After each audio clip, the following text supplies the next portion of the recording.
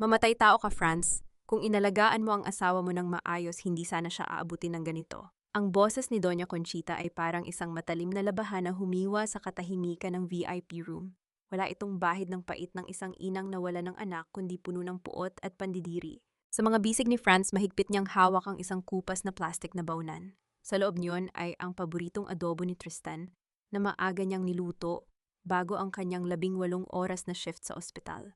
Ang kanyang mga kamay ay nanginginig, ang kanyang mga daliri ay nangingitim sa pagod, at ang kanyang uniforme ay may mantsa pa ng pawis mula sa pagliligtas ng ibang buhay. Pumasok siya sa silid na iyon na ang tanging hangad ay pakainin ng asawa, ngunit ang bumungad sa kanya ay ang pinakamasakit na katotohanan. Sa ibabaw ng marangyang kama, naroon ang wala ng buhay na katawan ni Tristan. Ngunit hindi ang kamatayan ang bumasag sa kaluluwa ni Franz, kundi ang babaeng nagmamadaling nag-aayos ng sarili sa tabi ng bangkay, si Beatrice. Ang sutlang bestido nito ay gusot-gusot, ang buhok ay gulo, at ang halimuyak ng mamahaling pabango ay humahalo sa amoy ng gamot sa loob ng silid. Dahan-dahang bumagsak ang baunang plastik mula sa mga kamay ni Franz. Hindi narinig ang pagtama nito sa sahig, ngunit ang bawat butil ng kanin at ang madilim na sarsa ng adobo na kumalat sa maputing tiles ay tila mga luhang dugong dumanak mula sa kanyang puso. Ang pagkaing inihanda niya ng may pagmamahal ay nyurakan lamang ng eksenang nasa harap niya. Tumingin ka sa akin, Franz, bulyaw muli ni Doña Conchita sabay hablot sa braso ng manugang. Huwag kang mag-inarte, na parang ikaw ang biktima rito. Namatay ang anak ko dahil sa stress na ibinibigay mo, dahil sa kakulangan mo bilang asawa, kaya siya humanap ng ligaya sa iba. Look at Beatrice, she gave him peace in his final moments. Samantalang ikaw amoy ospital at kahirapan ka pa rin hanggang ngayon. Nanatiling pipi si Franz. Ang kanyang lalamunan ay tila binubuhusan ng kumukulong aspeto. Gusto niyang sumigaw, gusto niyang itanong kung bakit siya ang sinisisi sa kataksilan ng asawa, ngunit walang boses na lumabas. Ang kanyang paningin ay nagsimulang lumabo, hindi dahil sa luha, kundi dahil sa bigat ng kawalang katarungang dumadagan sa kanyang dibdib. Isang malakas na sampal ang biglang dapo sa kanyang pisngi. Ang lakas ng impact ay naging dahilan upang mapaling ang kanyang ulo at tumama ang kanyang labi sa sariling ngipin. Dumaloy ang lasa ng kalawang sa kanyang dila, ang lasa ng sarili niyang dugo. Huwag mo akong titigan ng ganyan, Francesca. Ang malamig na utos ni Doña Conchita habang inilalapag ang isang piraso ng papel sa harap niya. Pipirmahan mo ito. Sasabihin mo sa lahat na namatay si Tristan dahil sa heart attack mula sa labis na pagtatrabaho para buhayin ang isang katulad mong walang silbi. Hindi mo dudumihan ang pangalan ng mga Almeda. Kung hindi, titiyakin ko na hindi lang trabaho ang mawawala sa iyo. Buburayin ko ang pagkatao mo. Napatingin si Franz kay Beatrice.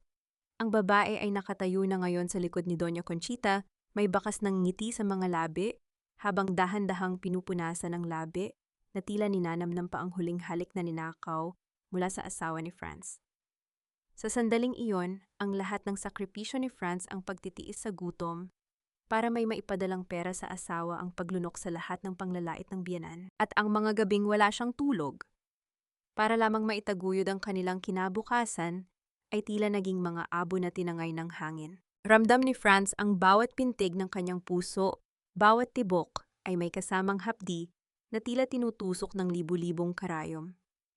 Ang silid na ito, na dapat sana ay lugar ng paghilom, ay naging libingan ng kanyang dangal. Pirmanan mo na, Franz, wag mo nang pahabain pa ang drama mo. Bored na sabi ni Beatrice habang tinitingnan ng kanyang bagong manicure na kuko.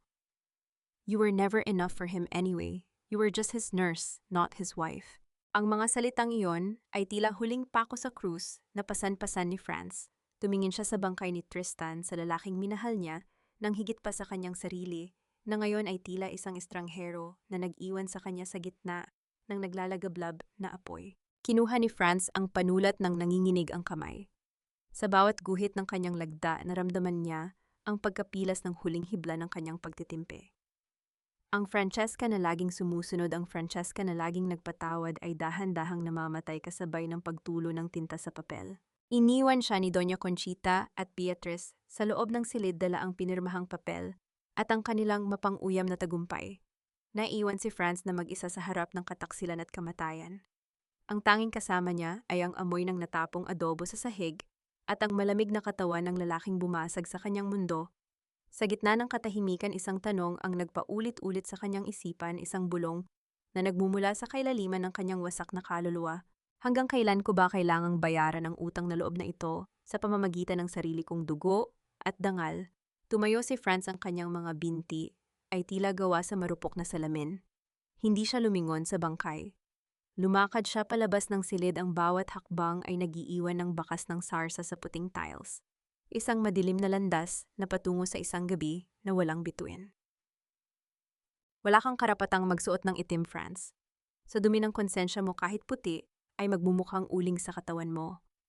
Ang boses ni Doña Conchita ay parang isang malamig na hangin, galing sa sementeryo, bumubulong sa gitna ng marangyang kapilya, kung saan nakahimlay si Tristan. Sa paligid ay naglalakihang mga korona ng puting rosas, at mamahaling kandila, mga palamuting nagtatangkang itago ang baho ng kataksilang naganap bago ang huling hininga ng pumanaw. Nakatayo si Franz sa isang madilim na sulok, ang kanyang mga kamay ay namumula at mahapdi dahil sa maghapong paglilinis at pag-ayos ng mga pagkain para sa mga nakikiramay. Habang ang ibang mga almeda ay nakaupo sa mga unang hanay ng upuan, tumatanggap ng pakikiramay at mga yakap, si Franz ay nananatiling parang isang katulong na inutusang magsilbi sa sariling asawa. Ang bawat condolence na natatanggap ni Doña Conchita ay tinutugunan nito ng mapait na sulyap kay Franz, isang tahimik na akusasyon na dahan-dahang kinakain ng mga bisita. Naririnig ni Franz ang mga bulong-bulungan sa paligid, mga salitang tulad ng sayang, pinabayaan, at kawawang Tristan. Ing mga bulong na ito ay tila mga latigo na humahampas sa kanyang likuran, bawat isa ay nag-iiwan ng sugat na hindi nakikita. Ma'am, kailangan lang po nating asikasuhin ang mga bisita. Mahinang tugon ni Franz, ang kanyang tinig ay halos hindi marinig sa gitna ng malungkot na tugtog ng violin. Ginagamit niya ang Taglish, ang wikang nakasanayan niya sa ospital, ngunit ang bawat salita ay tila lalong nagpapagalit sa matanda. Huwag mo akong mamam, Franz.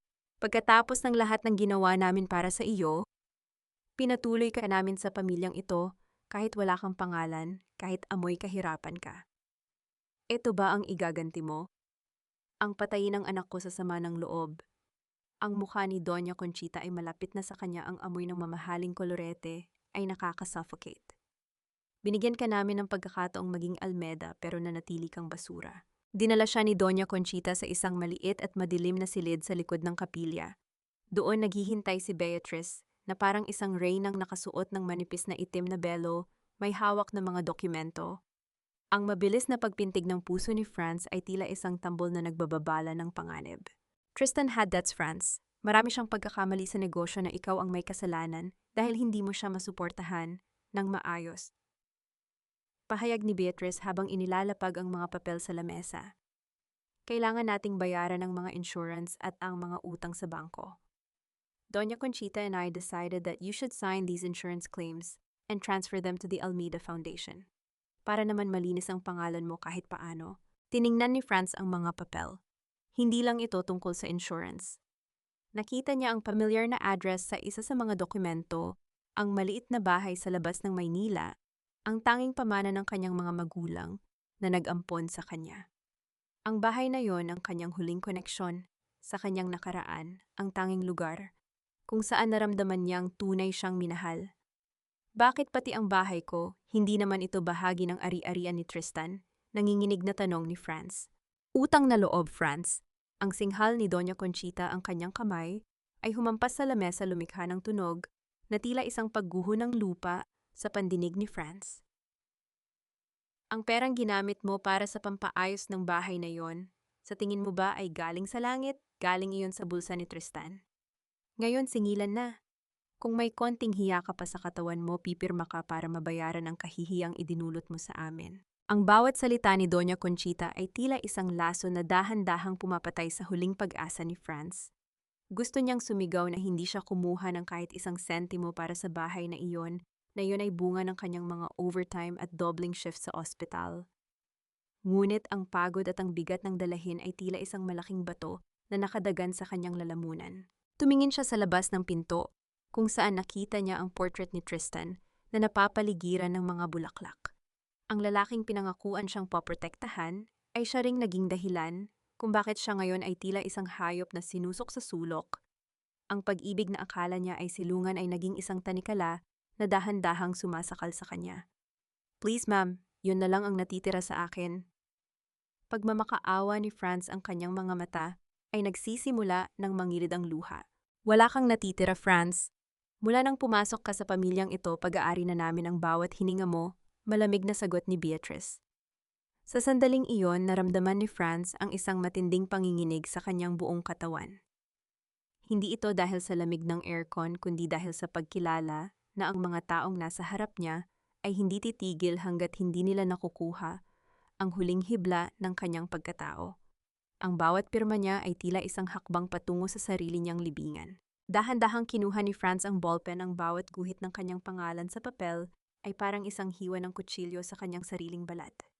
Ang bawat pahina na kanyang nililipat ay parang isang pinto na nagsasara sa kanyang kinabukasan. Ngunit bago pa man niya matapos ang huling dokumento, bumukas ang pinto ng silid.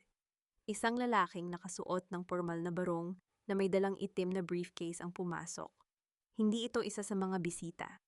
Ang kanyang mukha ay seryoso at walang emotion. Excuse me, Doña Conchita.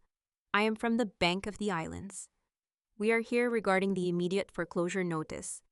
Ang pahayag ng lalaki, ang kanyang boses ay tila isang kulog sa gitna ng katahimikan. Napatingin si Franz sa lalaki pagkatapos ay kay Doña Conchita na biglang namutla. Ang takot sa mga mata ng kanyang biyenan ay nagbigay kay Franz ng isang kakaibang pakiramdam, isang pahiwatig na ang mga sikretong itinatago ng mga Almeda ay mas madilim pa kaysa sa kanyang iniisip. Gaano ba kalalim ang utang na kailangang bayaran kung pati ang aking kaluluwa ay nais na nilang isanla? Ang tanong na ito ay naiwang nakabitin sa hangin habang ang tunog ng ulan sa labas ay nagsimulang lumakas. Tila nakikiramay sa isang gabi na puno ng paniningil at pagtataksil. Hindi na kailangan ng mga susi, Franz. Binago na namin ang lahat ng mga kandado katulad ng kung paano namin binura ang pangalan mo sa pamilyang ito. Ang tinig ni Beatrice ay kasing lamig ng hanging umiihip sa kalsada habang nakatayo siya sa harap ng gate ng maliit na bahay ni Franz. Hawak niya ang isang kulay kahel na folder, ang mga dokumentong pinirmahan ni Franz, sa gitna ng kanyang pagkalito at pait sa kapilya. Kakarating pa lamang ni Franz mula sa huling araw ng paglilibing kay Tristan. Ang kanyang itim na bestido ay may mga bahid pa ng alikabok mula sa sementeryo at ang kanyang mga mata ay lubog na sa labis na pagpapakapagod. Ngunit ang pagod na iyon ay tila biglang napalitan ng isang matinding kuryente ng takot. Nang makita niya ang isang truck na nakaparada sa tapat ng kanyang tahanan.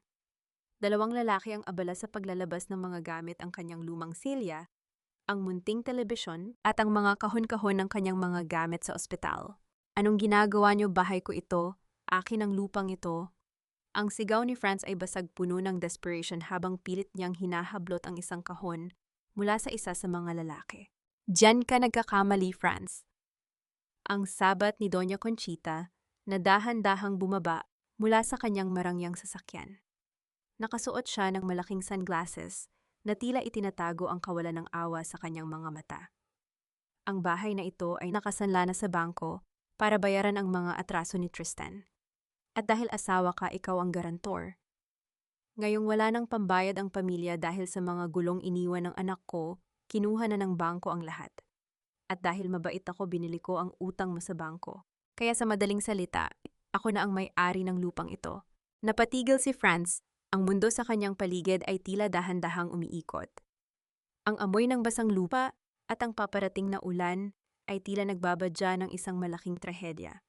Hinawakan niya ang hamba ng pinto, ang kahoy na pinakinis ng mga kamay ng kanyang ama, ang dingding na saksi sa bawat tawa, at iyak ng kanyang pagkabata. Ito ang kanyang huling silungan, ang tanging lugar kung saan hindi siya isang nurse, hindi siya isang alipin, kundi isang anak na minahal. Ma'am, parang awa niyo na, kahit ang bahay na lang na ito. Dito lumaki ang mga magulang ko. Dito ako binuo. Pagmamakaawa ni Franz, ang kanyang mga tuhod ay dahan-dahang bumibigay hanggang sa mapaluhod siya sa semento. Utang na loob, Franz, huwag mo kaming dramahan. Ang asik ni Beatrice, sabay sipa sa isang lumang sapatos na nahulog mula sa kahon. You signed the papers, legal ang lahat ng ito. At kung gusto mong manatiling malinis ang record mo sa ospital, aalis ka rito ng tahimik. Unless gusto mong ipagsigawan namin sa buong Maynila na ninakawan mo ang pamilya Almeda. Isang malakas na tunog ng pagbagsak ng kahoy ang umalingaw-ngaw sa kalsada. Itinapon ng mga lalaki ang lumang makinang panahi ng kanyang ina. Ang bakal nito ay tumama sa semento, naglikha ng isang gasgas na tila humiwa rin sa kaluluwa ni Franz. Sa bawat gamit na inilalabas, tila unti-unti ring binubura ang bawat alaala ng kanyang buhay. Ang mga litrato ng kanyang pamilya ay nagkalat sa sahig, ang mga salamin nito ay basag na, at tila mga kristal na sumusugat sa kanyang paningin. Dahan-dahang tumayo si Franz. Ang kanyang katawan ay nanginginig hindi dahil sa lamig kundi dahil sa isang uri ng pait na hindi kayang lunukin. Tumingin siya sa langit kung saan ang madilim na ulap ay nagsimulang magpakawala ng malalaking patak ng ulan. Ang bawat patak ay tila mga sampal ng tadhana, malamig at walang pakundangan. Wala na kayong kinuha sa akin kundi ang lahat. Bulong ni Franz, ang kanyang tinig ay halos malunod sa tunog ng ulan na bumubuhos na sa bubong ng kanyang bahay. Actually, Franz, may iniwan pa kami sa'yo, ani Doña Conchita, habang tinitingnan ng kanyang relos. Ang kalayaan mong maging pulube. Layas, dahan-dahang isinara ng mga lalaki ang pinto ng bahay. Ang tunog ng paglock ng kadena ay tila isang hatol ng kamatayan sa kanyang nakaraan. Naiwan si Franz sa labas ng gate, habang ang truck ng mga gamit ay nagsimulang umalis, dala ang lahat ng pisikal na ebidensya na siya ay nagkaroon ng tahanan. Nakatayo siya roon basang-basa, habang ang tubig ulan ay humahalo sa mga luhang hindi na niya mapigilan. Ang bawat gamit niya sa kalsada ay dahan-dahang nababasa at nasisira. Ang kanyang mga kamay ay dahan-dahang humawak sa bakal na gate, ang kanyang mga kuko ay kumakapit ng mahigpit hanggang sa dumanak ang kaunting dugo. Sa gitna ng unos na ito sa Manila, naramdaman ni Franz ang isang kakaibang katahimikan sa kanyang loob.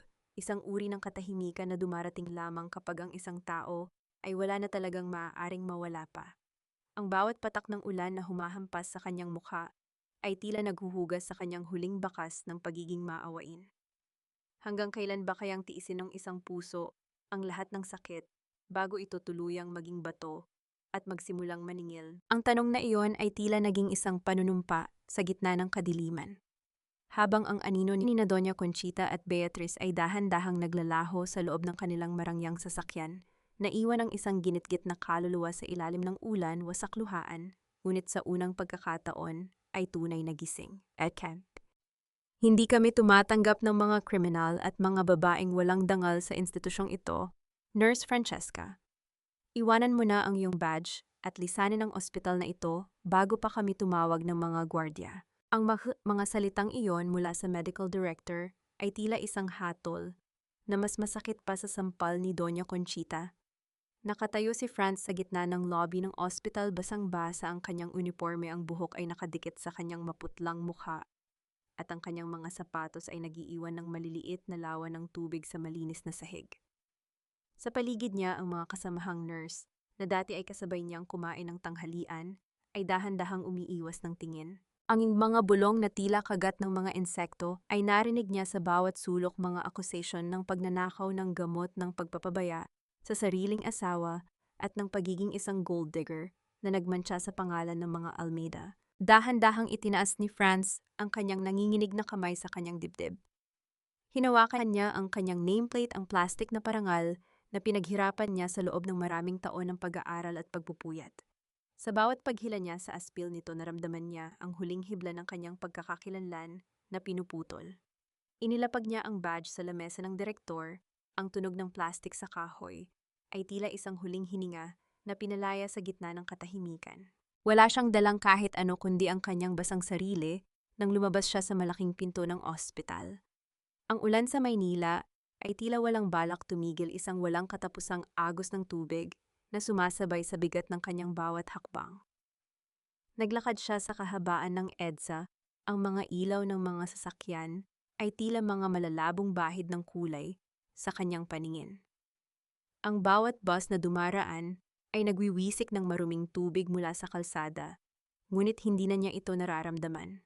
Ang lamig na nanunuot sa kanyang buto ay wala na sa lamig na nararamdaman niya sa kanyang puso. Nakarating siya sa isang madilim na kanto malayo sa ningning ng mga mall at mga opisina. Ang kanyang mga binti ay tila gawa sa mabigat na tingga, at ang kanyang paningin ay nagsisimula ng magdilim. Ang bawat pintig ng kanyang ulo ay tila isang paalala ng lahat ng nawala sa kanya sa loob lamang ng ilang araw. Ang asawa ang tahanan ng dangal. At ngayon ang tanging trabahong nagbibigay sa kanya ng dahilan para mabuhay. Huminto siya sa isang waiting shed na gawa sa kalawanging yero. Ang tunog ng ulan na humahampas sa itaas ay tila isang malungkot na oyayi. Naupo si Franz sa sementong upuan, niyayakap ang kanyang sarili, habang ang kanyang buong katawan ay nanginginig sa lagnat at pagod. Sa kanyang isipan bumalik ang imahe ng kanyang mga magulang, ang kanilang mga ngiting puno ng pag-asa noong nakatapos siya ng pag-aaral. Anak, ikaw ang aming dangal, ang tila bulong ng hangin. Napapikit si Franz, ang mga luha na kanina pa pinipigilan ay tuluyan ng umagos mainit at masakit laban sa kanyang malamig na balat. Ang bawat hininga niya ay naging isang pakikibaka. Naramdaman niya ang unti-unting paglayo ng kanyang malay. Ang tunog ng mga sasakyan ay nagiging isang malabong ugong sa malayo. Ang kanyang mga kamay na dati ay nagliligtas ng mga buhay ay wala na ngayong lakas, kahit na ikuyom ang sariling mga daliri. Sa gitna ng dilim at basang kalsada, naramdaman niya ang isang matinding pangungulila, hindi para kay Tristan, kundi para sa sarili niyang nawala sa gitna ng dusa. Diyos ko, pagod na po ako, ang tila huling bulong ng kanyang kaluluwa bago tuluyang bumigay ang kanyang katawan.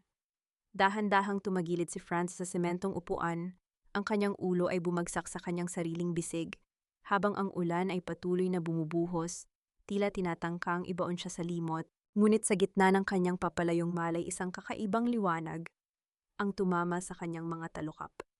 Naramdaman niya ang paghinto ng isang malaking sasakyan sa tapat ng waiting shed. Ang tunog ng makina nito ay malakas at marangya, isang uri ng tunog na hindi nabibilang sa madilim na sulok na yon ng lungsod. Ang vibration ng engine ay tila gumagapang sa semento, umaabot sa kanyang nanghihinang katawan. Narinig niya ang pagbukas ng pinto ng sasakyan at ang tunog ng isang malaking payong na binubuksan sa gitna ng unos. Ang bawat hakbang ng mga sapatos sa basang kalsada ay seryoso at may awtoridad, dahan-dahang lumalapit sa kinaroroonan niya. Sa huling pagkakataon, naimulat niya ang kanyang mga mata, isang anino ng isang lalaking may edad, na ngunit may tindig, na tila isang hari ang humarang sa liwanag ng headlamps.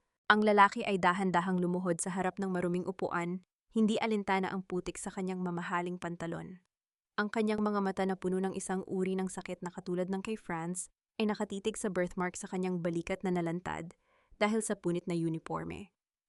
Bakit ba sa sandaling ang isang tao ay handa na sa kanyang huling hininga? Doon lamang dumarating ang mga anino ng nakaraang matagal nang inakala nating pumanaw. Naramdaman ni Franz ang isang mainit na kumot na ibinalot sa kanyang basang katawan at ang pagbuhat sa kanya ng mga bisig na tila isang matibay na pader. Bago siya tuluyang lamunin ng kadiliman, isang pamilyar na boses na tila galing sa kanyang mga panaginip noong pagkabata ang bumulong sa kanyang tainga. Nahanap na kita, anak. Hinding-hindi ka na muling masasaktan. Womp. Walang pangalan ng sakit ng isang magulang na nawalan ng anak, ngunit mas matindi ang hapdi ng paghahanap sa loob ng 25 taon sa isang aninong akala mo ay naglaho na. Ang umong amoy ng gamot ay familiar kay Franz, ngunit may iba sa hangin ang halimuyak ng mamahaling sandalwood at ang init na nagmumula sa malambot na kumot na nakabalot sa kanya. Dahan-dahan niyang imulat ang kanyang mga mata. Hindi ang bitak-bitak na kisame ng kanyang lumang bahay ang nakita niya at hindi rin ang malamig na puting ilaw ng ospital. Sa halip, isang marangyang silid na may matatayog na bintana at mga kurtinang gawa sa sutla ang bumungad sa kanya. Sinubukan niyang bumangon, ngunit ang kanyang katawan ay tila gawa sa marupok na bubog. Isang marahang kamay ang humawak sa kanyang balikat, pinipigilan siyang gumalaw. Dahan-dahan lang, Hija, malakas pa ang iyong lagnat? Ang boses ng isang lalaki, malalim at puno ng otoridad, ngunit may panginginig ng emosyon na hindi kayang itago. Napatingin si Francis sa lalaking nakaupo sa tabi ng kanyang kama. Ito ang lalaking nakita niya sa ulan. Ang kanyang mga mata ay mapupula, tila hindi natulog sa loob ng maraming gabi. Sa kanyang mga kamay hawak niya ang isang maliit at kupas na kwintas, ang pilak na sampagita pendant na tanging alaala ni Franz mula sa kanyang pagkakalayo sa kanyang tunay na pinagmulan. Sino ho kayo? Bakit niyo ako dinala rito? Ang mahinang tanong ni Franz, ang kanyang tinig ay halos isang bulong. Wala na po akong pera. Wala na akong maibabayad sa inyo. Isang mapait na ngiti ang dumaan sa mga labi ng lalaki, ngunit ang kanyang mga mata ay nagsimulang mangilid ang luha. Hindi mo kailangang magbayad ng kahit ano, Francesca, dahil ang lahat ng nakikita mo, ang bawat hininga sa loob ng pamamahay na ito ay sa iyo. Inilabas ng lalaki ang isang pirasong papel, isang medical report na may tatak ng pinakaprestihiyosong laboratorio sa bansa. Bilang isang nurse, alam ni Franz ang ibig sabihin ng mga numero at terminong nakasulat doon. Isang DNA test result, 99.9% probability, 25 taon, Francesca, ang hikbi ng lalaki habang dahan-dahang hinahawakan ang kamay ni Franz. 25 taon kitang hinanap mula nang mawala ka sa gitna ng sunog sa aming lumang mansyon. Inakala ko na naging abo ka na, ngunit ang iyong ina, bago siya pumanaw, naniwala siyang buhay ka. At heto ka, may marka sa balikat na tila isang selyo ng tadhana. Hindi makapaniwala si Franz. Ang lahat ng hirap na dinanas niya, ang pagiging ulila, ang pangmamata ng pamilya Almeda, dahil sa kanyang mababang pinagmulan, ay tila isang masamang panaginip na unti-unting naglalaho.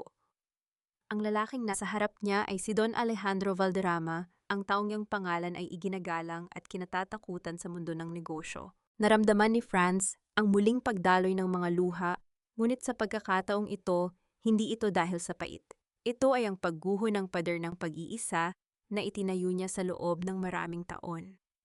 Ang bawat haplos ni Don Alejandro sa kanyang kamay ay tila gamot na nagpapahilom sa mga sugat ng kanyang kaluluwa.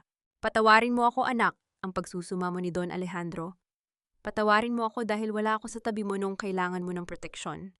Noong hinahamak ka ng mga taong walang ibang alam kundi tumingin sa ibabaw ng kanilang mga ilong. Dahan-dahang kinuha ni Don Alejandro ang isang litrato mula sa kanyang bulsa. Isang larawan ng isang magandang babae na may parehong hugis ng mata at ngiti ni Franz. Ito ang iyong ina, si Sofia. Ngayon hinding-hindi ko nahahayaang may humawak sa kahit isang hibla ng iyong buhok nang walang pahintulot ko. Tumayo ang matanda at tumingin sa labas ng bintana kung saan unti-unti nang sumisikat ang araw pagkatapos ng mahabang ulan. Ang kanyang tindig ay muling naging matatag, ang kanyang mukha ay naging kasing tigas ng bato. Nabalitaan ko ang lahat, Francesca. Ang ginawa ni na Conchita Almeda sa iyo.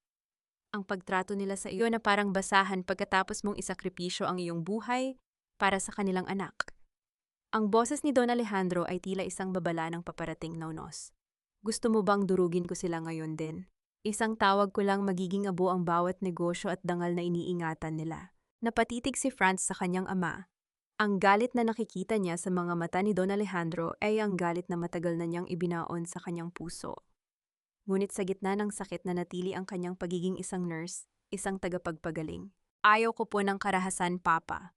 Ang unang pagkakataon na binigkas niya ang salitang iyon at ang bawat titik ay tila isang matamis na musika.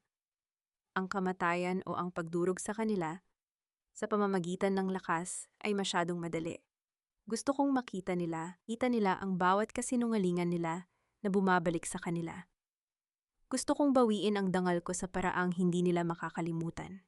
Isang ngiti ng pagmamalaki ang sumilay sa mukha ni Don Alejandro. Nilapitan niya ang anak at yan ang noo nito. Kung yan ang nais mo, Francesca Valderrama, mula sa araw na ito, ang bawat sentimo ng aking kayamanan, ang bawat koneksyon ng aking pangalan, ay magiging sandata mo. Hayaan nating isipin nilang patay na ang Francesca na inapi nila. Sa gitna ng katahimikan ng marangyang silid, na ramdaman ni Franz ang isang bagong uri ng lakas. Ang Francesca na laging nakayuko ay dahan-dahang naglalaho at isinisilang ang isang babaeng may sandata ng katotohanan at kapangyarihan.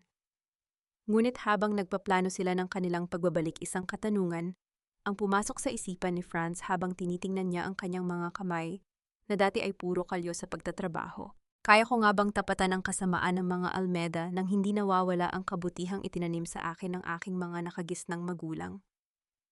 Ang katahimikan ng mansyon ay tila naging saksi sa isang panunumpa. Habang sa kabilang bahagi ng Maynila sina Doña Conchita at Beatriz ay nagdiriwang sa kanilang akalang tagumpay, hindi nila alam na ang ulan na humugas sa kanilang mga bakas ay siya ring nagdala sa kanilang pinakamalaking pagkakamali, ang sakta ng nag-iisang anak ng isang Valderrama. Hindi lahat ng sugat ay pinapagaling ng bendahe at gamot. Ang iba ay kailangang dumaan sa apoy upang tuluyang maghilom at maging matatag. Nakatayo si Francesca sa harap ng isang malaking salamin na abot hanggang sahig. Ang kanyang suot ay hindi na ang kupas, at may mantsang uniforme ng isang nurse, kundi isang bestidong gawa sa pinakamahusay na sutla na kulay hating gabi. Sa bawat paggalaw niya ang tela ay tila dumadaloy na parang tubig sa kanyang katawan. Ngunit sa likod ng marangyang kasuotan, tinitigan niya ang kanyang sariling mga kamay. Ang kanyang mga palad ay meron pa ring mga kalyo mula sa pagbubuhat ng mga pasyente at paglilinis ng mga sugat, mga marka ng isang buhay na puno ng sakripisyo na tila isang siglo na ang nakalipas. Dahan-dahang lumapit si Don Alejandro sa kanyang likuran. Ang kanyang reflection sa salamin ay tila isang matibay na pader na nagbibigay ng proteksyon. Inilapag ng matanda ang isang maliit na kahon sa ibabaw ng vanity table. Sa loob niyon ay isang set ng alahas na gawa sa diamante nagniningning na tila mga bituin sa gitna ng kadiliman. Ang ginto ay kailangang dumaan sa matinding init bago maging hiyas. Francesca, ang mahinang saad ni Don Alejandro. Sa loob ng 3 buwan, nakita ko ang iyong pagsisikap na matutunan ang bawat pasikot-sikot ng ating negosyo. Ngunit ang pinakamahalagang aral na dapat mong dalhin ay ito: ang kapangyarihan ay hindi lamang sa dami ng pera kundi sa kung paano mo ito gagamitin upang pasunurin ang iyong mga kaaway. Papasalamat sa lahat ng tulong nyo. Tugon ni Francesca, ang kanyang Taglish ay meron ng bagong tono, hindi na ito ang boses ng isang biktima, kundi ng isang babaeng nakahanap ng kanyang sandigan. But I don't want to use your men for violence. Masyadong madali iyon. I want to hit them where it hurts the most, sa kanilang dangal at sa kanilang mga bulsa. Isang tipid na ngiti ang sumilay sa mga labi ng ama. Tell me your plan, Hija. Hahayaan ko silang malunod sa sarili nilang kasakiman. Ang malamig na sagot ni Francesca habang hinahawakan ang diamanteng kwintas. Ang mga Almeda ay nabubuhay para sa papuri ng lipunan. Gagamitin ko ang kanilang charity foundation. Hahayaan ko silang isipin na nakahanap sila ng bagong biktima na may malalim na bulsa hanggang sa sila mismo ang maglagay ng lubid sa sarili nilang leeg. Nabaligtad ang katahimikan ng silid nang marinig ang marahang pagtuktok sa pintong gawa sa mabigat na kahoy ng Nara. Pumasok ang isang sekretarya na may dalang isang gintong sobre. Ang disenyo nito ay pamilyar kay Francesca, ang tatak ng pamilya Almeda, ang korona, na tila nangungutya sa bawat alaala ng kanyang pagdurusa.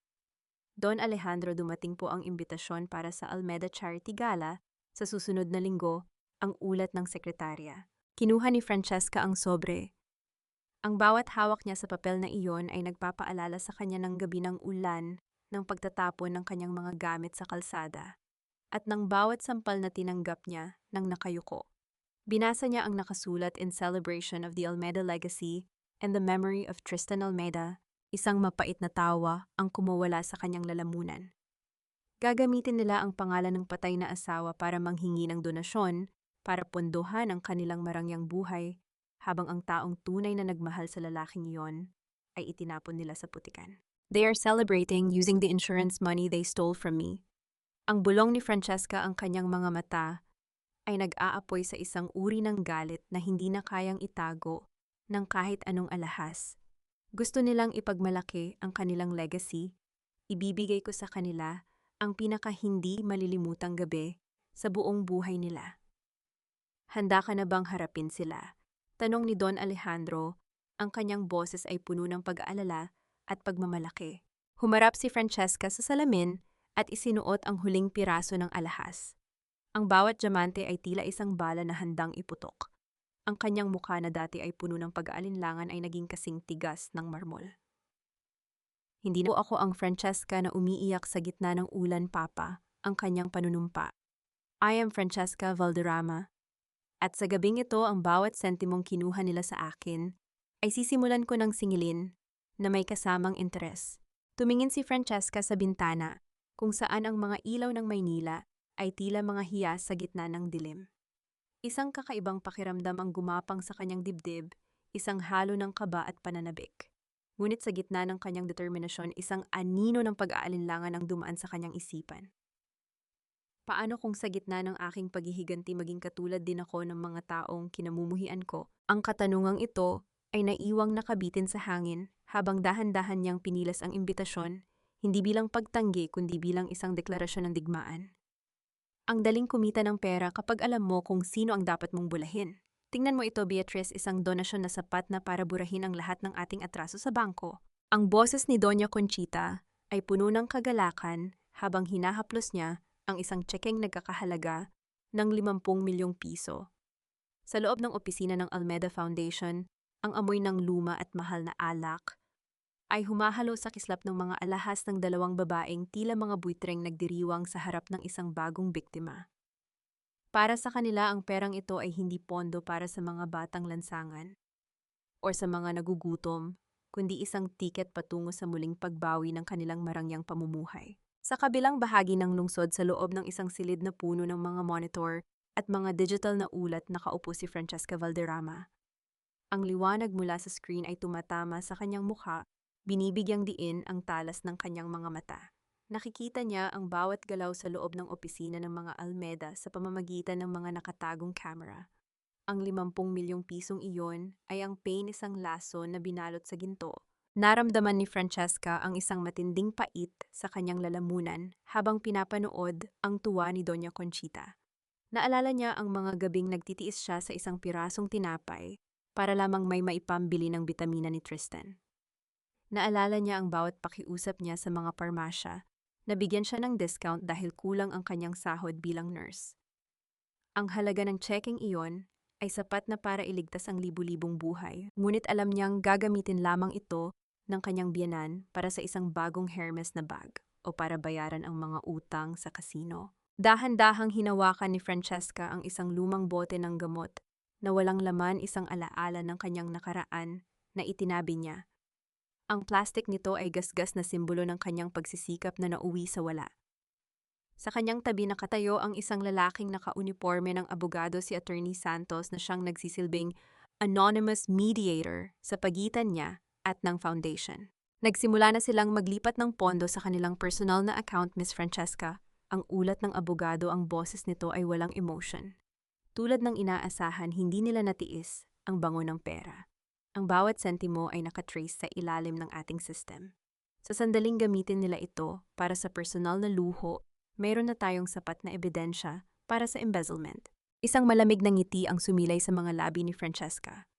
Hayaan mo silang magpakasa sa attorney. I want them to feel like they are untouchable again. I want Doña Conchita to buy the most expensive jewelry she can find.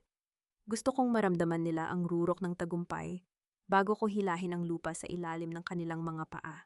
Hiha, sigurado ka na ba rito? Tanong ni Don Alejandro na pumasok sa silid. Lumapit ang matanda sa anak at hinawakan ang kanyang balikat. Ang perang iyan ay malaking tulong sa mga tunay na nangangailangan. Handa ka bang isakripisyo iyan para lamang sa kanila? Hindi ko ito isinasakripisyo, Papa. Ang sagot ni Francesca, ang kanyang tinig ay matatag. Ito ay isang investment para sa hustisya. Kapag bumagsak sila, kukunin ko ang lahat ng meron sila, pati ang kanilang mga ari-arian, at lahat ng iyon ay ibabalik ko sa mga taong tunay na naghihirap. Gagamitin ko ang kanilang sariling kasakiman para linisin ang kanilang dumi. Sa loob ng opisina ng foundation, kinuha ni Doña Conchita ang kanyang mamahaling panulat. Hindi siya nag-atubiling lagdaan ng isang transfer slip. Ang tunog ng pag-scroll ng mouse at ang bawat pagpindot sa keyboard ay tila mga hakbang patungo sa isang bitag na hindi nila nakikita. Sa kanilang isip, ang anonymous donor ay isang hangal na mayamang tao na madaling lokohin.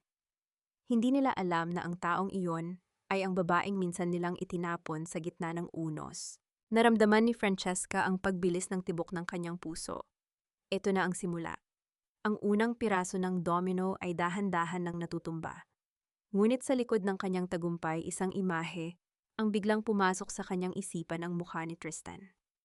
Kahit na alam niyang niloko siya nito, may bahagi pa rin ng kanyang puso na kumikirot sa tuwing gagamitin niya ang kamatayan nito bilang bahagi ng kanyang plano.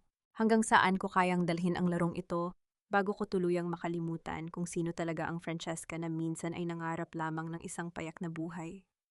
Ang katanungang ito ay tila isang aninong sumusunod sa kanya sa gitna ng ningning ng kanyang bagong mundo. Habang pinapanood niya si Doña Conchita na itinatago ang tseke sa loob ng kanyang vault, narinig ni Francesca ang tunog ng notification sa kanyang telepono. Isang mensahe mula sa kanyang mga thamtu. Miss Francesca, may nahanap kaming bagong impormasyon tungkol kay Beatrice. Hindi lang siya ang kabit ni Tristan. Meron siyang mas malalim na koneksyon sa pagbagsak ng negosyo ng mga Almeda. Ang mensaheng iyon ay tila isang bagong piraso ng puzzle na hindi inaasahan ni Francesca. Sa gitna ng kanyang paghihigante, tila may mas malaking lihim na naghihintay na mabunyag, isang lihim na maaring magpabago sa lahat ng kanyang nalalaman. Ang tiwala ay parang isang kristal na plorera. Kapag nabasag, kahit anong pandikit ang gamitin, mananatili ang mga lamat na laging magpapaalala sa sakit ng pagkakanulo.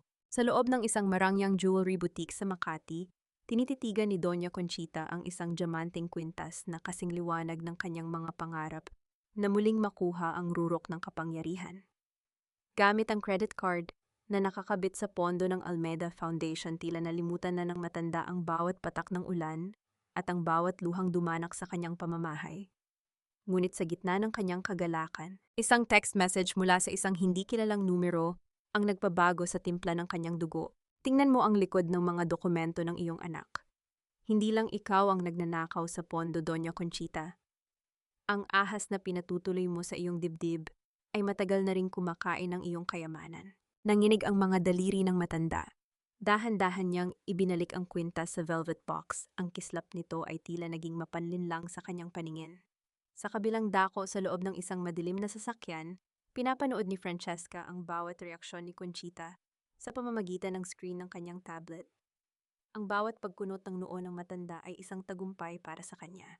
Sige, Doña Conchita. Bulong ni Francesca, ang kanyang tinig ay malamig at walang bahid ng awa. Hayaan mong kainin ka ng hinala. Hayaan mong sirain ninyo ang isa't isa. Nang makabalik si Conchita sa mansyong Almeda, isang mansyong puno ng mga utang, na pilit itinatago, naabutan niya si Beatrice na abala sa telepono. Ang boses ng dalaga ay pabulong, tila may itinatagong sikreto na hindi dapat marinig ng kahit sino. Narinig ni Conchita ang ilang salita na tila mga saksak sa kanyang pandinig. Ghost Projects Commission at ang pangalan ng ama ni Beatrice, si Don Paquito. Kanino ka nakikipag-usap, Beatrice? Ang tanong ni Conchita, ang kanyang boses ay tila isang tuyot na sanga na nabali sa gitna ng katahimikan. Bahagyang nagulat si Beatrice, ngunit mabilis niyang naibalik ang kanyang mapanlinlang na ngiti. Oh, tita, you're back. It was just my dad. We're just making sure that the gala will be perfect. You know, for Tristan's memory. Tristan's memory, or para sa sarili ninyong bulsa. Ang mabilis na sagot ng matanda. Lumapit siya kay Beatrice, ang amoy ng mamahaling alak sa kanyang hininga ay humahalo sa tensyon sa silid. Nalaman ko ang tungkol sa mga ghost projects niyo ni Paquito. Ginamit niyo ang kumpanya ni Tristan para maglabas ng pera bago pa siya mamatay. Kaya ba ganoon kabilis bumagsak ang negosyo namin? Ang mukha ni Beatrice ay naging kasing lamig ng yelo. Wala na ang mapagkunwaring paggalang. Dahan-dahan niyang inilapag ang kanyang telepono at tumayo ng tuwid, tinititigan ang matanda ng pantay sa mata. Tita, let's be realistic, yung matapang na sagot ni Beatrice sa wikang Taglish. Your son was a gambler and a drug addict. He was sinking your legacy way before my dad and I stepped in. We just made sure that we get our share before everything turns into ashes. At huwag kang magmalinis dahil ang perang pambili mo ng mga alahas mo ngayon ay galing din sa pondong ninakaw mo sa foundation. Isang malakas na tunog ng sampal ang umalingaw-ngaw sa loob ng sala. Ang palad ni Conchita ay tumama sa pisngi ni Beatrice, nag-iiwan ng mapulang marka na tila isang selyo ng puot. Napaling ang ulo ng dalaga at ang kanyang buhok ay tumakip sa kanyang mukha. Dahan-dahang humarap muli si Beatrice. Walang luha sa kanyang mga mata kundi isang naglalagablab na galit. You will regret that, tita. Remember, I hold the keys to the audit reports. Isang tawag ko lang, hindi lang ang bahay na ito ang mawawala sa iyo, kundi pati ang huling hibla ng iyong kalayaan. Sa loob ng kanyang secret office, napanood ni Francesca ang buong eksena. Naramdaman niya ang isang kakaibang halo ng emotion. Ito ang kanyang layunin, ang makitang nagkakawatak-watak ang mga taong sumira sa kanya. Ngunit sa bawat sampal at bawat masakit na salita na ipinapalitan ng dalawa, Tila bumabalik sa kanya ang alaala ng sarili niyang pagdurusa. Hinawakan ni Francesca ang kanyang lumang nurse's badge na nakatago sa kanyang drawer. Ang plastic nito ay malamig sa kanyang palad. Naalala niya ang mga araw na ang tanging pangarap niya ay magsilbi sa kapwa, ang magpagaling ng mga sugat. Ngayon, siya na ang gumagawa ng mga sugat na hindi kayang hilumin ng kahit anong gamot. Francesca, okay ka lang ka? Ang tanong ni Don Alejandro na dahan-dahang lumapit sa kanya. Napansin ng ama ang panginginig ng mga kamay ng anak. Opo, Papa, ang sagot ni Francesca bagamat ang kanyang boses ay may pait. Nagsisimula na silang magsakmalan. The mist of distrust is working. Hindi na nila kailangan ng kaaway mula sa labas dahil sila na mismo ang tumatapos sa isa't isa. Ngunit mag-iingat ka, Hija, ang babala ni Don Alejandro. Ang mga taong nasusukol sa kanto, ito ay ang pinakamababangis. Beatrice is dangerous and she has her father's resources. Huwag mong hahayaan na ang iyong galit ang maging dahilan ng iyong pagkakamali. Tumango si Francesca ngunit ang kanyang isipan ay lumilipad na sa gabi ng gala. Ang bawat detalye ay kailangang maging perpekto. Ang bawat piraso ng ebidensya ay kailangang mailantad sa tamang sandali. Habang nagdidilim ang langit sa labas ng mansyon ng mga Valderrama, isang mensahe ang dumating sa telepono ni Francesca mula sa kanyang tamtu. Miss Francesca, may nakita kaming dokumento na nagpapatunay na hindi aksidente ang pagkaka-overdose ni Tristan. May nagpalit ng kanyang gamot bago ang gabi ng kanyang kamatayan. Ang impormasyong ito ay tila isang kidlat na tumama sa gitna ng katahimikan. Ang kamatayan ni Tristan ay hindi lamang pala dahil sa kanyang mga bisyo, kundi isang planadong pagpaslang. Napakuyom ang mga palad ni Francesca hanggang sa bumaon ang kanyang mga kuko sa balat. Sino sa kanilang dalawa ang may kakayahang pumatay ng sariling dugo o ng lalaking sinasabi nilang minahal nila? Ang katanungang ito ang magiging mitya ng isang mas malaking pagsabog na hindi inaasahan ng sinuman. Ang laro ay naging mas madilim at ang hustisya na hinahanap ni Francesca ay tila may kasama ng amoy ng dugo at mas malalim na pagtataksil. Ang mga alaala ay parang mga aninong nakabaon sa bawat sulok ng isang tahanan. Hindi sila namamatay, naghihintay lang silang muling haplusin ng mga kamay na tunay na nagpahalaga sa kanila. Dahan-dahang pinihit ni Francesca ang susi sa trangka ng lumang gate. Ang tunog ng bakal na nagkiskisan ay tila isang pamilyar na boses na bumabati sa kanyang pagbabalik. Humakbang siya papasok sa bakuran ng maliit na bahay na minsan niyang tinawag na tahanan ng lugar kung saan siya itinapon na parang basura sa gitna ng ulan. Ngunit ngayon ang bawat pulgada ng lupang ito, ang bawat butil ng alikabok sa dingding ay legal na sa kanya muli. Hinaplos niya ang hamba ng pinto. Ramdam niya ang lamig ng kahoy, ngunit sa kanyang alaala naroon pa rin ang init ng mga yakap ng kanyang mga nakagisnang magulang. Tumingin siya sa sahig kung saan nagkalat noon ang kanyang mga basag na litrato at mga gamit sa ospital. Malinis na ito ngayon, ngunit ang mga gasgas sa semento ay tila mga peklat na hinding-hindi mabubura sa kanyang isipan. Nakuha ko na muli ang ating tahanan. Naitay. Ang bulong ni Francesca sa hangin ng kanyang boses ay nanginginig sa halo-halong ligaya at pait. Ngunit hindi pa tapos ang lahat. Ang bawat luhang pumatak dito ay may katumbas na paniningil. Nabaligtad ang kanyang masalimuot na pag-iisip nang tumunog ang kanyang telepono. Ito ay mula kay Attorney Santos. Miss Francesca, nasa bangko na si Doña Conchita. Sinusubukan niyang isalba ang huling ari-arian ng mga Almeda. Hinihintay niya ang misteryosong buyer na bumili ng kanyang mga utang. Isang malamig na determinasyon ang sumilay sa mga mata ni Francesca. Sumakay siya sa kanyang itim na sasakyan at nagtungo sa bangko. Hindi siya pumasok bilang Francesca Valderrama. Nanatili siya sa loob ng sasakyan na may madilim na salamin, nakaparada sa tapat ng malaking bintana ng opisina ng manager. Mula roon kitang-kita niya ang loob. Nakita niya si Doña Conchita. Wala na ang dating tikas nito. Ang kanyang mamahaling terno ay tila malaki na sa kanyang nangangayayat na katawan. At ang kanyang buhok ay hindi na kasing ayos ng dati. Nakita ni Francesca kung paano lumuhod ang matanda sa harap ng bank manager. Ang mga kamay nito ay nakatikom sa pagsusumamo. Walang boses na naririnig mula sa labas, ngunit ang bawat paghikbi at pagyuko ng ulo ni Conchita ay sapat na para malaman ang kanyang desperasyon.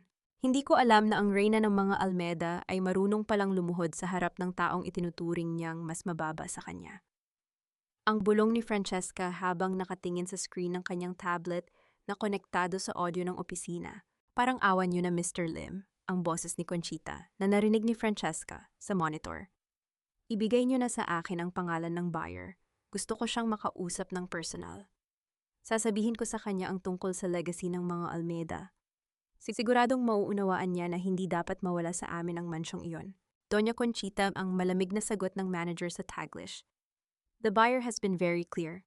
Ayaw niyang magpakilala.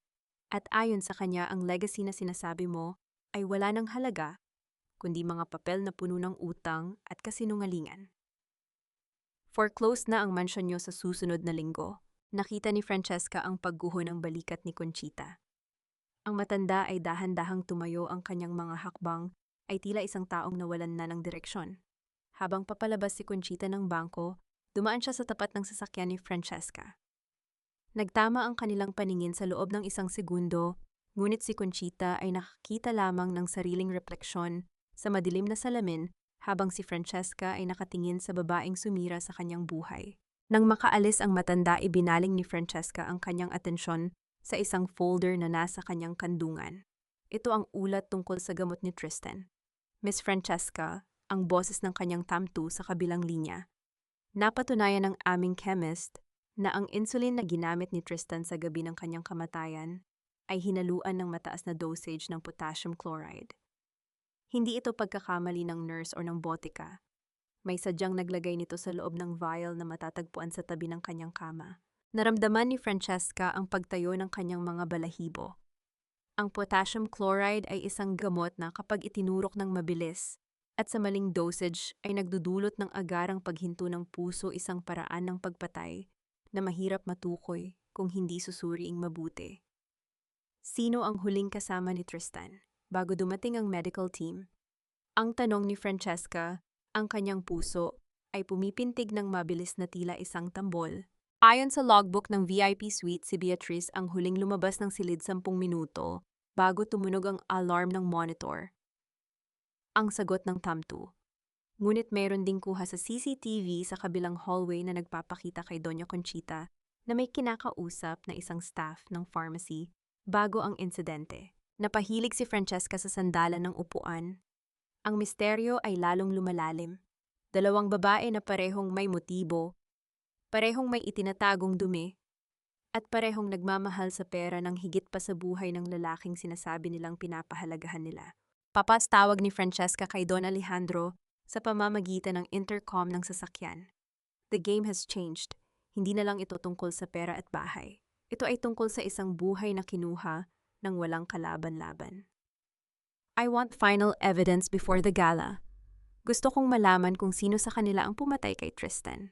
Tumingin si Francesca sa labas ng bintana habang dahan-dahang umaandar ang sasakyan palayo sa bangko. Ang bawat ilaw ng poste sa kalsada ay tila nagpapaalala sa kanya ng mga gabing wala siyang tulog sa ospital, sinusubukang iligtas ang bawat pasyente. Ngayon siya ay nasa gitna ng isang digmaan kung saan ang katotohanan ang pinakamatigas na sandata. Hanggang saan ba ang kayang gawin ng isang tao para sa kapangyarihan? At kaya ko bang tanggapin ang sagot kapag nalaman ko na ang biktima ay ang lalaking minsan kong ibinigay ang lahat ng aking pag-ibig? Ang katanungang ito ay naging isang tinik sa kanyang puso. Habang papalapit ang gabi ng gala, ang hangin sa Maynila ay tila nagiging mas mabigat, nagdadala ng amoy ng ulan at ng isang katotohanang handa nang sumabog sa harap ng lahat. Akala mo ba ay makakabalik ka pa sa mundong ito, Franz? Ang basurang itinapon na sa kalsada ay hindi na dapat pang muling pumasok sa loob ng palasyo. Ang bulong na iyon ni Beatrice ay kasing talim ng mga diamanteng suot niya habang nakatayo sila sa gilid ng engrandeng ballroom ng Manila Hotel. Ang paligid ay puno ng mga matatayog na kristal na chandelier na nagbibigay ng gintong liwanag sa mga piling panauhin. Nakasuot si Beatrice ng pulang bestido na tila sumisigaw ng tagumpay habang si Doña Conchita ay abala sa pakikipagkamay sa mga maimpluwensyang tao. Ipinagmamalaki ang tagumpay ng kanilang pundasyon. Hindi sila nilingon ni Francesca. Nanatili siyang nakatayo ng tuwid, ang kanyang itim na gown ay tila isang anino ng kamatayan. sa gitna ng kanilang makulay na kasinungalingan. Ang bawat tibok ng kanyang puso ay tila isang hakbang patungo sa katapusan ng kanilang kaharian. I am not here as your guest, Beatrice. Ang malamig na sagot ni Francesca ang kanyang Taglish ay may kakaibang timpla ng awtoridad na nagpatahimik sa dalaga. I am here as the owner of the ground you are standing on. Nabalot ng tensyon ng paligid nang umakyat si Doña Conchita sa entablado. Kinuha ng matanda ang mikropono, ang kanyang mukha ay puno ng peking pait habang nagsisimulang magsalita tungkol sa alaala ni Tristan. Ang bawat salita niya tungkol sa sakripisyo at pag-ibig ay tila mga lason na nagpapasuka kay Francesca. Sa gabing ito, pinararangalan natin ang aking anak. Ang saad ni Conchita habang pinupunasan ng mga matang walang luha. At nagpapasalamat kami sa aming pinakamalaking donor na nagligtas sa Almeda Foundation. Nais naming tawagin sa entablado ang kinatawan ng Valderrama Group. Isang nakabibinging katahimikan ang bumalot sa bulwagan nang dahan-dahang humakbang si Francesca patungo sa entablado. Ang tunog ng kanyang mga takong sa sahig ay tila mga martilyo na nagpapako sa kaba sa dibdib ni Conchita.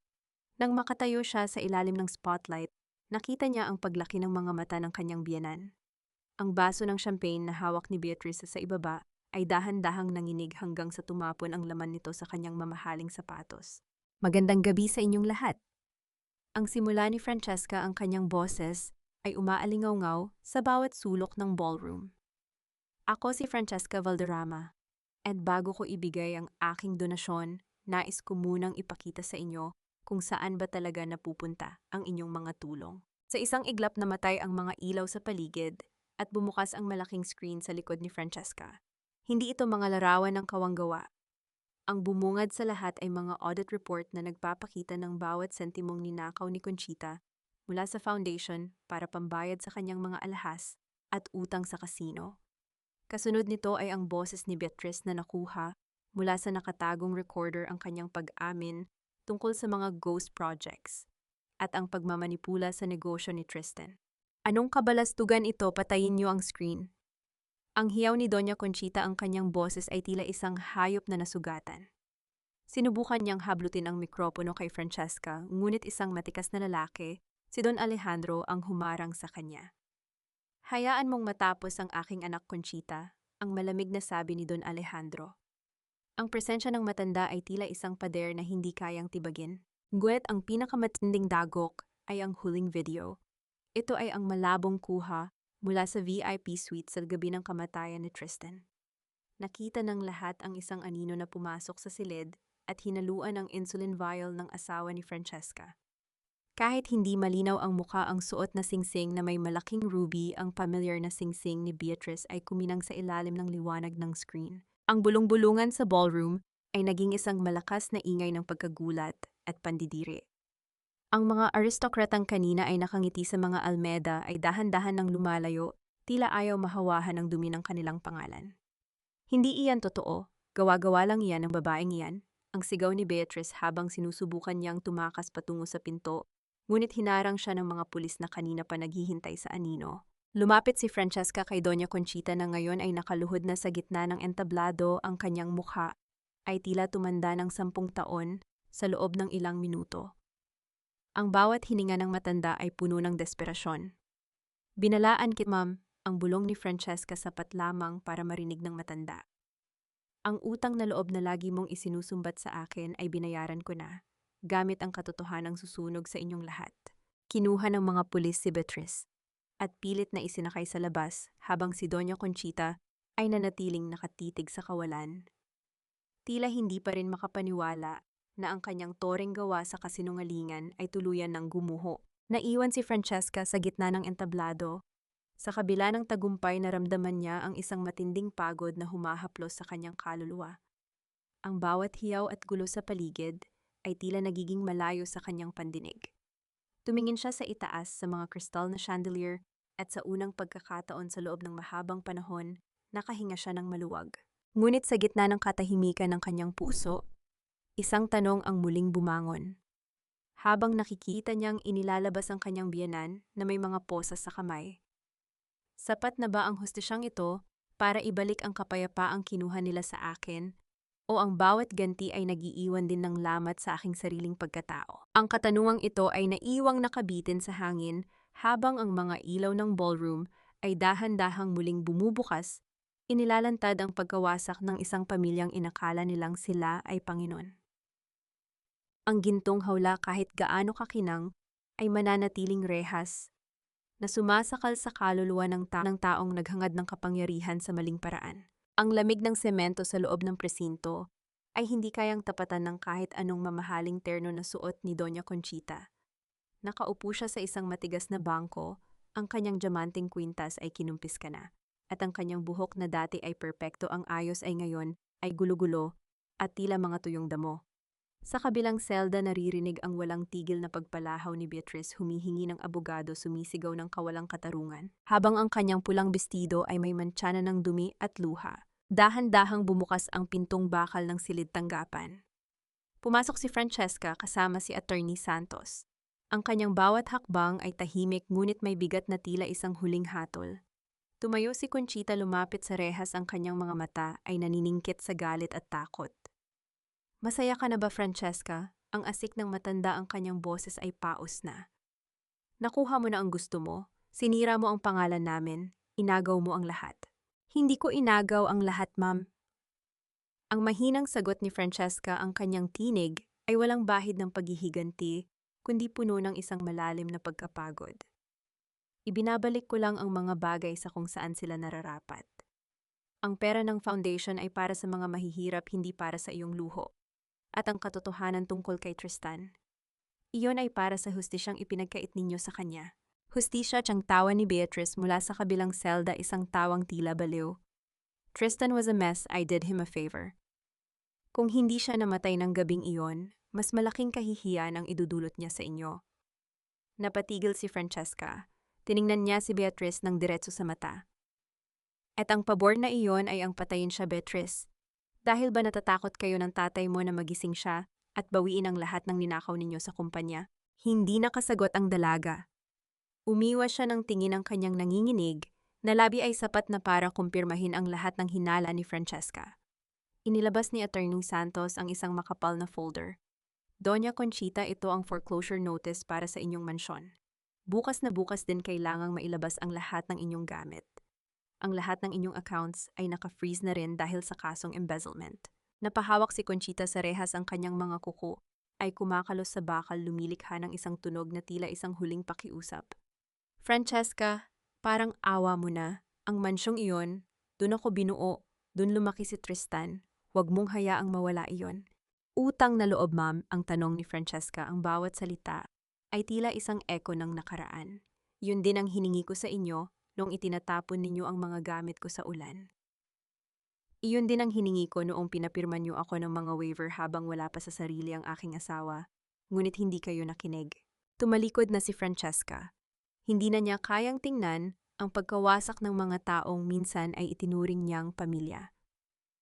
Habang naglalakad siya palabas ng presinto, naramdaman niya ang init ng sikat ng araw sa kanyang balat. Balat isang pakiramdam na matagal na niyang hindi nararanasan ng buo.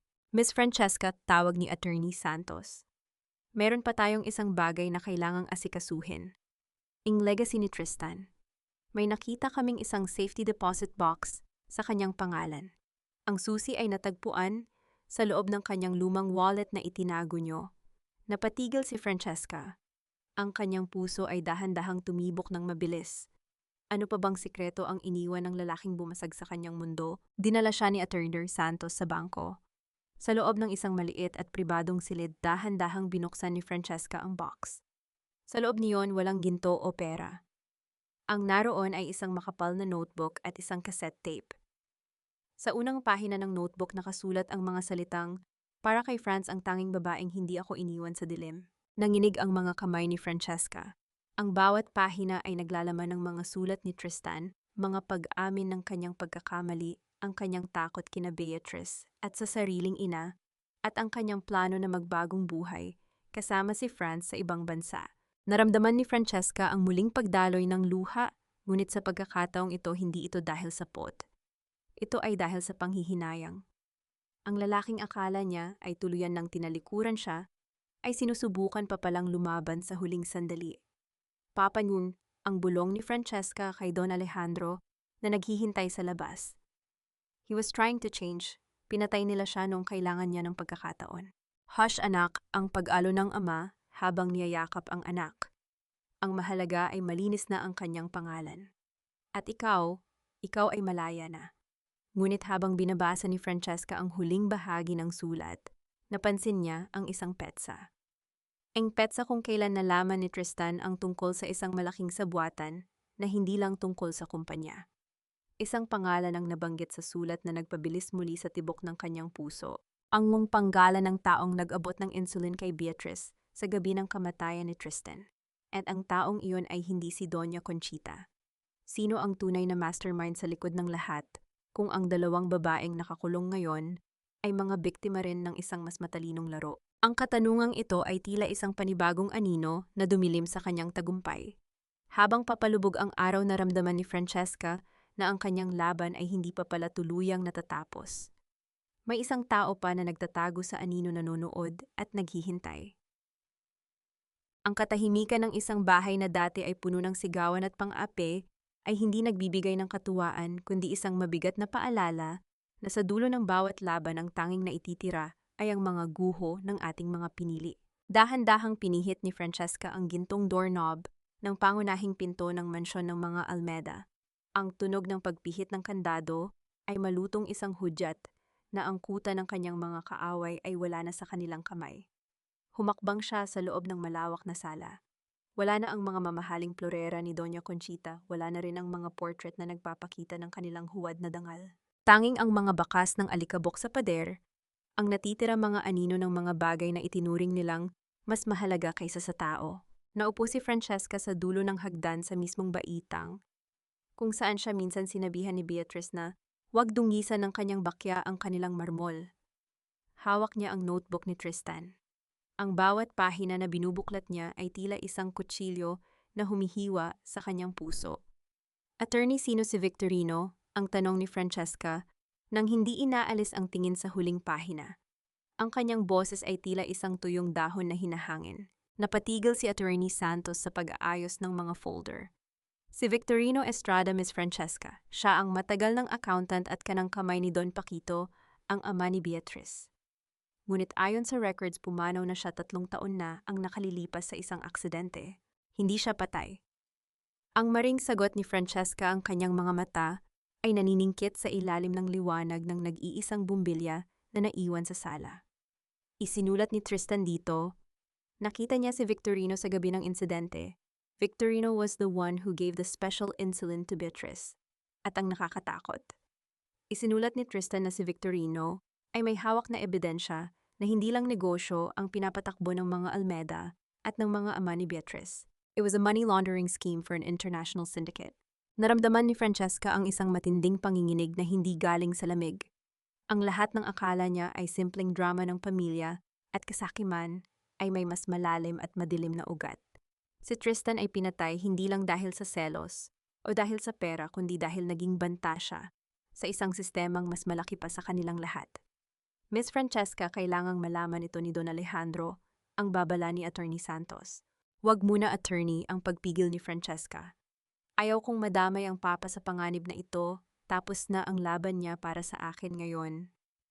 Kailangan kong tapusin ang laban ni Tristan para sa katotohanan. Lumakad si Francesca patungo sa VIP suite ng ospital, ang lugar kung saan nagsimula ang lahat. Hindi na siya pumasok bilang biktima. Ngunit habang tinititigan niya ang pintong iyon, naramdaman niya ang pagsikip ng kanyang lalamunan. Naalala niya ang amoy ng natapong adobo, ang lasa ng dugo sa kanyang labi mula sa sampal ni Conchita at ang huling tingin ng asawa. Isang matandang janitor ang dahan-dahang lumapit sa kanya, may dalang walis at basahan. Ang bawat kalos ng walis sa sahig ay tila isang mabagal na orasan. Nurse Francesca, ang pabulong na tawag ng matanda. Kayo nga po pala yan. Marami na pong nagbago rito. Mang Canort, ang bati ni Francesca, nakikilala ang matandang lagi niyang binibigyan ng tinapay noon. Meron po ba kayong natatandaan sa gabing namatay si Tristan maliban sa mga Almeda, may nakita ba kayong ibang pumasok? Tumingin si Mang Kanor sa paligid, tila natatakot sa mga aninong nakamasid. May isang lalaki po nurse, nakamaskara at nakauniforme ng pharmacy. Pero hindi siya taga rito. Nakita ko siyang lumabas sa fire exit pagkatapos tumunog ng alarm. May nahulog siyang isang maliit na vial, itinago ko po dahil akala ko ay mahalaga. Dahan-dahang inilabas ng matanda ang isang maliit na bote mula sa kanyang bulsa. Walang label ang bote ngunit mayroon itong tatak ng isang familiar na logo, ang logo ng isang kumpanyang pag-aari ni Don Paquito. Naramdaman ni Francesca ang muling pagguho ng kanyang mundo. Ang bawat piraso ng puzzle ay dahan-dahan nang nabubuo, ngunit ang bawat bagong katotohanan ay tila naglalayo sa kanya sa kapayapaang hinahangad niya. Dinala niya ang vial sa laboratorio ng kanyang ama ng palihim. Habang naghihintay ng resulta, nakatayo siya sa balkonahe ng mansyon ng mga Valderrama, tinititigan ang mga ilaw ng lungsod. Ang bawat kislap ng ilaw ay tila mga mata ng mga taong nagtatago sa dilim. Handa ka na bang malaman ang lahat, Francesca? Ang tanong ni Don Alejandro na dahan-dahang lumapit sa kanya. Napansin ng ama ang hawak na vial ng anak. Alam ko ang tungkol sa investigasyon mo at alam ko rin kung sino si Victorino. Papatay, gulat na tanong ni Francesca. Si Victorino ay hindi namatay sa aksidente, anak. Siya ay itinago ko sa loob ng 3 taon dahil siya ang nakakita sa tunay na pumatay sa iyong ina sa sunog noong bata ka pa. Ang pahayag ni Don Alejandro, ang kanyang boses ay puno ng pait at matagal na pagtitiis. Ang sabwatang kinasangkutan ni Tristan ay ang parehong sabwatan na pumatay sa aking asawa. At ang utak ng lahat ay ang taong akala natin ay kaibigan. Isang malakas na tunog ng pagbasag ng baso ang narinig sa loob ng silid. Ang sekretary ni Don Alejandro ay nakatayo sa pinto, ang mga mata ay nalalaki sa takot habang hawak ang isang telepono. Don Alejandro, ang presinto, sinunog ang selda ni Doña Conchita at Beatriz. Walang nakaligtas. Napatigil ang tibok ng puso ni Francesca. Ang kanyang paghihiganti ay tila naging isang malaking apoy na hindi na niya kayang kontrolin. Ang mga taong gusto niyang pagbayarin ay pinatahimik na ng isang mas makapangyarihang kamay upang hindi na makapagsalita. Naiwan silang mag-ama sa gitna ng dilim. Ang bawat hininga ni Francesca ay puno ng takot at pagkalito. Sino ang susunod? At kailan matatapos ang dugong kailangang dumanak para sa isang nakaraang ayaw silang tantanan? Ito na ang simula ng tunay na digmaan, Francesca. Ang bulong ni Don Alejandro habang niyayakap ang anak, at sa pagkakataong ito wala nang puwang ang awa. Patay na sila, Francesca.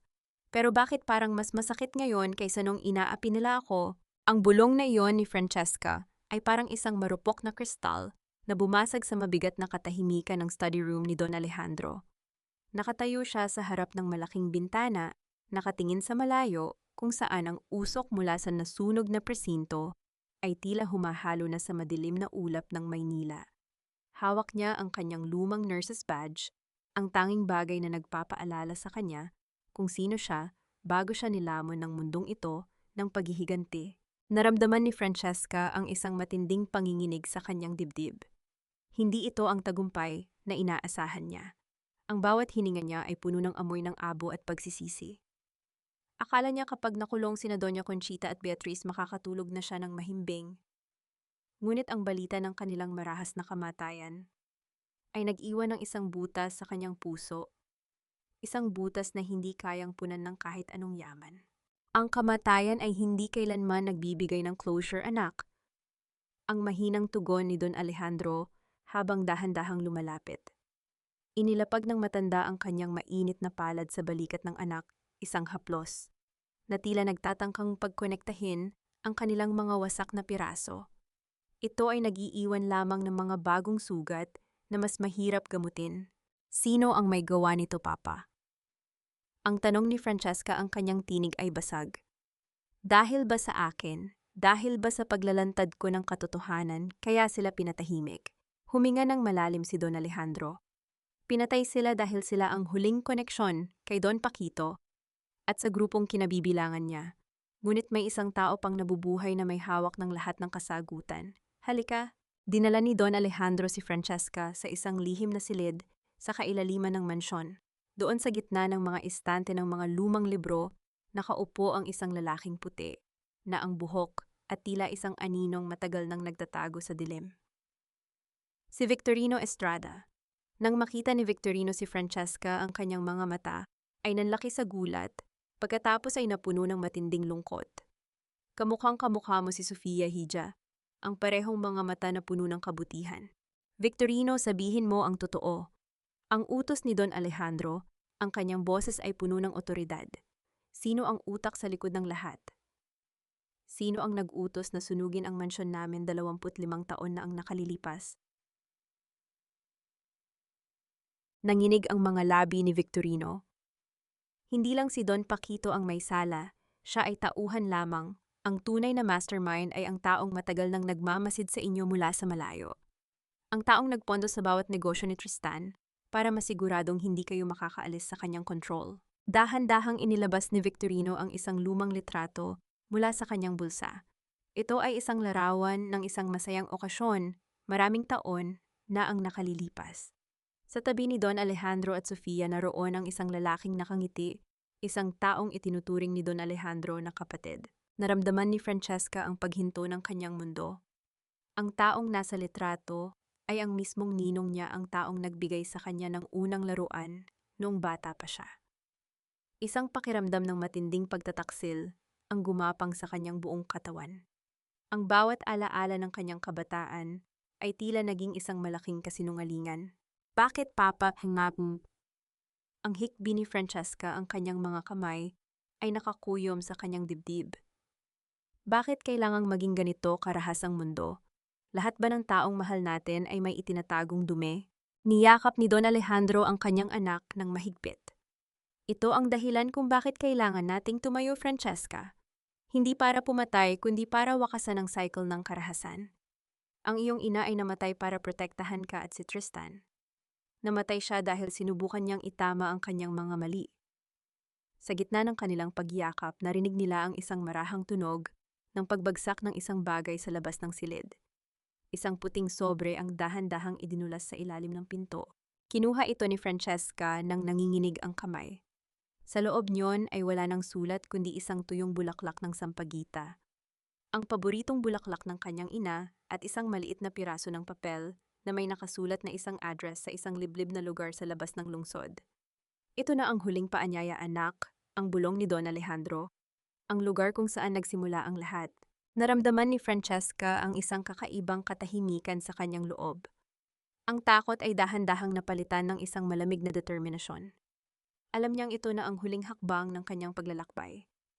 Hindi na siya lalaban para sa paghihigante, kundi para sa huling closure na nararapat sa kanyang ina kay Tristan at sa sarili niyang wasak na pagkatao. Tumingin siya sa kanyang mga kamay. Wala na ang kalyo ng isang nurse, ngunit naroon pa rin ang puso na nagnanais na magpagaling. Sa pagkakataong ito, hindi katawan ang kanyang gagamutin, kundi ang isang madilim na nakaraan na ayaw silang palayain. Kaya ko bang harapin ang taong itinuring kong pamilya at sabihing tapos na ang kanyang panunupil nang hindi ako nagiging katulad niya? Ang katanungang ito ay naging huling bulong ni Francesca bago sila lumabas ng silid. Habang papalubog ang araw, ang bawat anino sa mansyon ay tila nagpapaalam na sa isang kabanata ng kanilang buhay na puno ng dusa. Hindi lahat ng apoy ay nagmumula sa labas. Ang pinakamatinding sunog ay ang inggit na matagal nang nagniningas sa loob ng isang pusong mapagkunwari. Ang boses ni Don Ricardo ay kasing lamig ng amoy ng lumang abo habang nakatayo siya sa gitna ng mga guho ng dating mansyon ng mga Valderrama. Dito sa lugar na ito, 25 taon na ang nakalilipas, ang bawat pangarap ni Francesca ay naging usok. Nakasuot ang matanda ng isang malinis na puting barong, tila isang anghel na nagtatago sa ilalim ng balat ng isang demonyo. Dahan-dahang humakbang si Francesca sa ibabaw ng mga sunog na kahoy at nabasag na semento. Sa bawat yabag ng kanyang sapatos, tila naririnig niya ang mga sigaw ng kanyang kabataan. Sa tabi niya, si Don Alejandro ay nakakuyom, ang mga palad, ang kanyang buong katawan ay nanginginig sa matinding pagsisikap na huwag sumabog sa galit. Ninong Ricardo, ang tawag ni Francesca, ang boses niya ay walang panginginig, matatag na parang bakal. Bakit dito? Bakit kailangang sa gitna ng mga alaala ng iyong kataksilan? Isang mapait na tawa ang kumawala sa mga labi ni Ricardo. Dahil dito nagsimula ang lahat, Francesca, at dito rin dapat matapos. Akala mo ba ay para sa pera ang lahat ng It was about Sofia, your mother. Siya ang tanging bagay na hindi ko nakuha mula sa iyong ama. Alejandro had everything: the business, the legacy, and the woman I loved. Ang bawat salita ni Ricardo ay tila isang lason na bumabalot sa hangin. I funded the Almedas to keep you miserable. I wanted you to rot in that hospital, to be a servant to a drug addict like Tristan. Ginamit ko si Beatrice at Conchita para siguraduhing hinding-hindi ka na makakabalik sa ama mo. I was the one who suggested the special medicine for Tristan when he started to ask too many questions. He was a weakling just like you were, or so I thought. You are a monster, Ricardo. Ang sigaw ni Don Alejandro, ang kanyang boses ay puno ng pait. Itinuring kitang kapatid, ipinagkatiwala ko sa iyo ang buhay ko, at iyon ang iyong pinakamalaking pagkakamali, ang malamig na sagot ni Ricardo sa Taglish. But look at you now, Francesca. You've become just like us. Look at your hands. Meron ka ring dugo sa iyong budhi dahil sa nangyari sa presinto. You're not a nurse anymore. You're a Valderrama. Napatigil si Francesca. Tumingin siya sa kanyang mga palad. Naramdaman niya ang bigat ng lahat ng kanyang mga plano, ang bawat pusong nasaktan, at ang bawat buhay na nawala sa gitna ng kanyang pakikipaglaban. Ang gaslighting ni Ricardo ay tila isang matalim na karayom na sinusubukang iturok sa kanyang kaluluwa ang ideyang siya ay wala ng pinagkaiba sa mga kaaway niya. Dahan-dahang kinuha ni Francesca ang maliit na cassette tape mula sa kanyang bulsa, ang iniwan ni Tristan. Mali ka, Ninong. Ang pagkakaiba natin ay ang aking layunin. Ginamit mo ang kapangyarihan para sumira, ngunit gagamitin ko ang katotohanan para maghilom. Ang tape na ito, naglalaman ito ng usapan ninyo ni Don Paquito tungkol sa laundering scheme at sa plano ninyong sunugin ang mansyon. Isang saglit na katahimikan ang namayani. Ang tanging naririnig ay ang mahinang ihip ng hangin sa mga guho. Ang mukha ni Ricardo ay dahan-dahang namutla. Ang kanyang kumpiyansa ay tila isang toring gawa sa baraha na dahan-dahang gumuguho. Guho, akala mo ba ay mananalo ka sa isang pirasong tape? Ang asik ni Ricardo na ngunit meron na itong bahid ng takot. Hindi lang ito tape, Ninong, ang bulong ni Francesca habang itinataas ang kanyang telepono. Naka-livestream ang bawat salitang binitiwan mo sa lahat ng media outlets sa bansa. Ang iyong pag-amin, ang iyong pagyayabang, narinig na ng buong mundo. Mula sa malayo narinig nila ang unti-unting paglakas ng tunog ng mga sirena ng pulis. Hindi ito ang tunog ng karahasan, kundi ang tunog ng isang paniningil na hindi na kayang takasan ng kahit anong yaman. Nabitawan ni Francesca ang isang maliit at sunog na laruan na nakita niya sa lupa, ang manika na ibinigay sa kanya ni Ricardo nung bata pa siya. Ang pagbagsak nito sa semento ay tila isang huling hantungan ng kanyang kabataan. Tumingin si Ricardo sa paligid sa mga guho na tila mga multong naniningil sa kanya. Wala na siyang matatakbuhan. Ang kanyang huling hininga ng kalayaan ay dahan-dahan ng kinukuha ng bawat hakbang ng mga awtoridad na papalapit sa kanila. Tapos na ang gabi, Ninong, ang huling sabi ni Francesca. Ang ulan ay darating muli, ngunit sa pagkakataong ito, hindi nito itatago ang iyong dumi, kundi huhugasan nito ang aming mga sugat. Habang dinadala si Ricardo palayo, na iwan si Francesca at Don Alejandro sa gitna ng guho. Ang sikat ng araw ay dahan-dahan nang sumisilip sa mga ulap, nagbibigay ng liwanag sa isang lugar na matagal nang binalot ng dilim. Ngunit sa gitna ng kanyang paglaya, naramdaman ni Francesca ang isang kakaibang kirot sa kanyang dibdib. Isang huling lihim ang bumulong sa kanyang isipan habang tinitingnan niya ang kanyang ama. Ano ang gagawin ko sa yaman at kapangyarihang ito ngayong wala na ang mga taong kailangan kong protektahan? Ang katanungang ito ay tila isang hamon para sa kanyang susunod na kabanata. Ang digmaan ay tapos na, ngunit ang tunay na paglalakbay patungo sa kapayapaan ay nagsisimula pa lamang. Ang bawat dapit hapon ay hindi lamang pagtatapos ng liwanag, kundi isang pangako na ang bawat sugat, gaano man ito kalalim, ay may kakayahang maghilom sa ilalim ng banayad na haplos ng panahon at pagpatawad. Nakatayo si Francesca sa balkonahe ng bagong gawang gusali ng Francesca Medical Foundation sa gitna ng tondo. Ang kanyang suot ay hindi na ang marangyang bestidong gawa sa sutla, kundi ang malinis at puting uniforme ng isang nurse. Sa kanyang dibdib, muling nakasabit ang kanyang nameplate, ngunit sa pagkakataong ito, hindi ito simbolo ng kanyang pagkaalipin, kundi ng kanyang malayang pagpili. Pinili niyang bumalik sa kanyang pinagmulan, hindi bilang isang biktima, kundi bilang isang tagapagligtas. Sa ibaba naririnig ang masayang tawanan ng mga batang nakapila para sa kanilang libreng gamot at check-up. Ang bawat hagik-hik ay tila isang himig na nagbubura sa bawat alaala ng sigawan at pait sa loob ng mansyon ng mga Almeida. Ang mansyong iyon ay ginawa na rin niyang isang shelter para sa mga kababaihang biktima ng karahasan, isang lugar kung saan ang bawat luhang pumatak sa marmol ay pinapalitan na ng pag-asa. Dahan-dahang lumapit si Don Alejandro sa kanyang anak. May hawak ang matanda na isang maliit na pasong may namumukadkad na puting sampagita. Ang halimuyak nito ay humahalo sa amoy ng bagong pinturang gusali, isang amoy na nagpapaalala sa kanila ng presensya ni Sofia.